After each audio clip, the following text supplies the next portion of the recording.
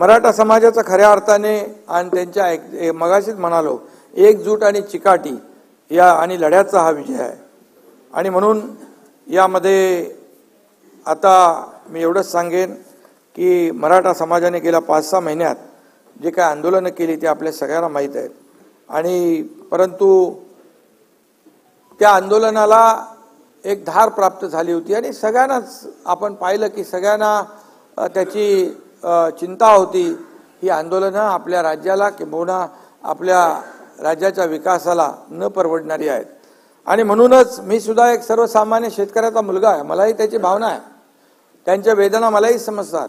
आम्ही अनेक लोक शेतकऱ्याच्या कुटुंबात जन्माला आलो, म्हणून तर शेतकऱ्यांशी संवाद साधणं, त्यांच्या बांधावर जाणं, शेतकऱ्यांना आज मी दुसरीकडे विषय घेऊ जाऊ इच्छित नाही, परंतु सरकारने आज शेतकऱ्यांसाठी पण खूप मोठे निर्णय घेतलेले आहेत। आणि म्हणून मुख्यमंत्री झाल्यानंतर अनेक आघाड्यांवर काम करावं लागतं, अनेक आंदोलनं येतात, अनेक आता सगळ्यांनाच वाटतं आम्हाला आताच पाहिजे। अनेक वर्षापूर्वीचे प्रलंबित प्रश्न, अनेक वर्षापासूनचे असलेले प्रश्न देखील चुटकीसारखे सुटले पाहिजे अशी भावना असते, पण त्याला काही प्रक्रिया असते, कायदेशीर बाबी असतात। सगळ्या बाबी आपण लक्षात घेऊन त्या सोडवल्या पाहिजेत आणि त्याला वेळही दिला पाहिजे आणि तेवढा संयमही राखला पाहिजे। आणि म्हणून आम्ही मराठा समाजातील विद्यार्थ्यांना शैक्षणिक सवलती, शिक्षणासाठी आर्थिक मदत, त्यांच्यासाठी हॉस्टेल ही सगळी व्यवस्था आपण केली होती अगोदर। आणि त्याचबरोबर आपण हेही केलं की शैक्षणिक आणि आर्थिक आणि सामाजिक दृष्ट्याही मराठा समाज जेव्हा मागे जातोय त्यावेळेस आपण त्यांना मुलांना शिक्षणामध्ये देखील इतर ज्या काही बाबी आहेत, मग सारथी आहे, आपलं अण्णासाहेब पाटील आर्थिक विकास महामंडळ आहे, चंद्रकांत दादा इकडे आहेत, त्यांची देखील उपसमितीमध्ये अनेक निर्णय त्यांनी घेतले। आणि म्हणून या समाजाचा मागासलेपण दूर करण्यासाठी आरक्षण मिळवून देणे हाच पर्याय होता। त्यामुळे कोणत्याही परिस्थितीमध्ये आरक्षण मिळवून द्यायचा हा निर्धार आपल्या सगळ्यांचा होता आणि आपल्या सर्व माझ्या सहकाऱ्यांचा होता। नागपूर येथे हिवाळी अधिवेशनात आपण दोन्ही सभागृहांच्या सर्व सदस्यांनी मराठा समाजाला आरक्षणाची कशी गरज आहे हे 3 दिवसाच्या चर्चेमध्ये आपण मांडलं। या सभागृहामध्ये चर्चा झाली, मोठी चर्चा झाली आणि विशेष म्हणजे सर्व सभागृहाची मराठा आरक्षणास मजबूत संमती मिळाल्याने फेब्रुवारी 2024 मध्ये विधिमंडळाचं विशेष अधिवेशन बोलवून या विषयावर कायमस्वरूपी तोडगा काढण्यात येईल अशा प्रकारचं आपण जाहीर भूमिका घेतली। त्यावेळी माझ्यावर काही आरोपही झाले। फेब्रुवारी महिन्यामध्ये लोकसभेची निवडणूक आहे, मग आचारसंहिता लागेल, मग काय होणार, मग कसं होणार, परंतु शेवटी हा सगळा विचार करूनच आपण तो निर्णय घेतला होता आणि म्हणून आज ते अधिवेशन होतंय। आणि म्हणून आजचा दिवस खऱ्या अर्थाने महत्त्वाचा आहे आणि आज तो दिवस आज आपल्या या मराठा समाजाला आरक्षण देण्यासाठी आपण मुकर्रर केला, त्याप्रमाणे आपण आज तो निर्णय घेतोय। माझ्यासह अध्यक्ष महोदय, देवेंद्रजी, अजितदादा आणि संपूर्ण मंत्रिमंडळ, मी मगाशी देखील म्हटलं 150 दिवस हे काय 1-2 दिवसामध्ये काम झालेलं नाही, त्याहीपेक्षा जास्तीचे दिवस लागले। 150 दिवस अहोरात्र हे सगळं काम सुरू होतं।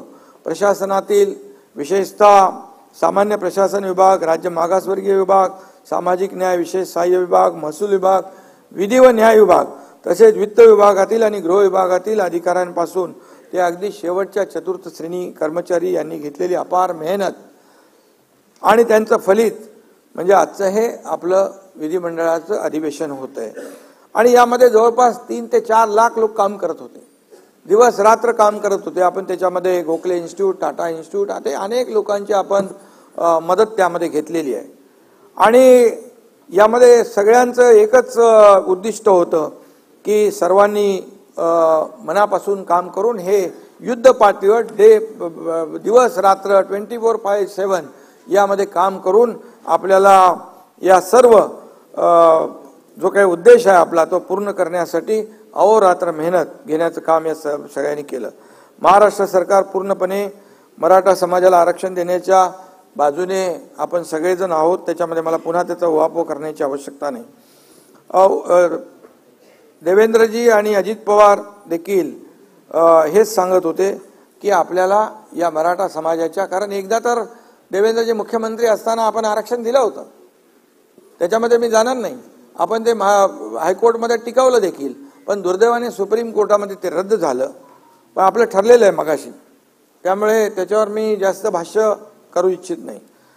आणि त्या अडचणी ज्या आहेत त्या दूर झाल्या पाहिजेत. त्यामध्ये या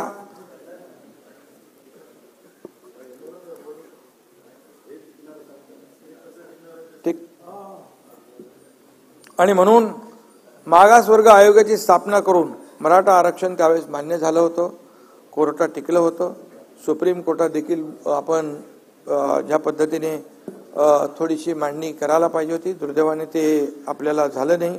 आणि त्यामुळे या पार्श्वभूमीवर नव्याने मागासवर्ग आयोग नेमता येईल की नाही या संदर्भात शंका उपस्थित करण्यात आल्या होत्या. परंतु सर्वोच्च न्यायालयानेच राज्य शासनाचा मागासवर्ग आयोग नेमण्याचा अधिकार मान्य केला आहे.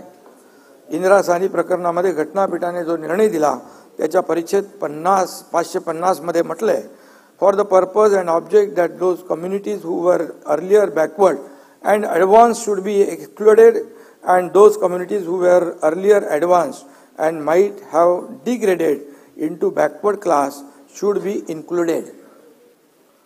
Thus, the state was fully entitled to appoint backward classes commission to collect relevant data and submit a report. हे आपल्याला कुठलंही असं बेकायदेशीर काम आपण करत नाहीये. पूर्णपणे कायदेशीर बाबी यामध्ये आपण पाहून या ठिकाणी आपण काम करतोय. त्यामुळे यासाठी आपण न्यायमूर्ती सुक्रे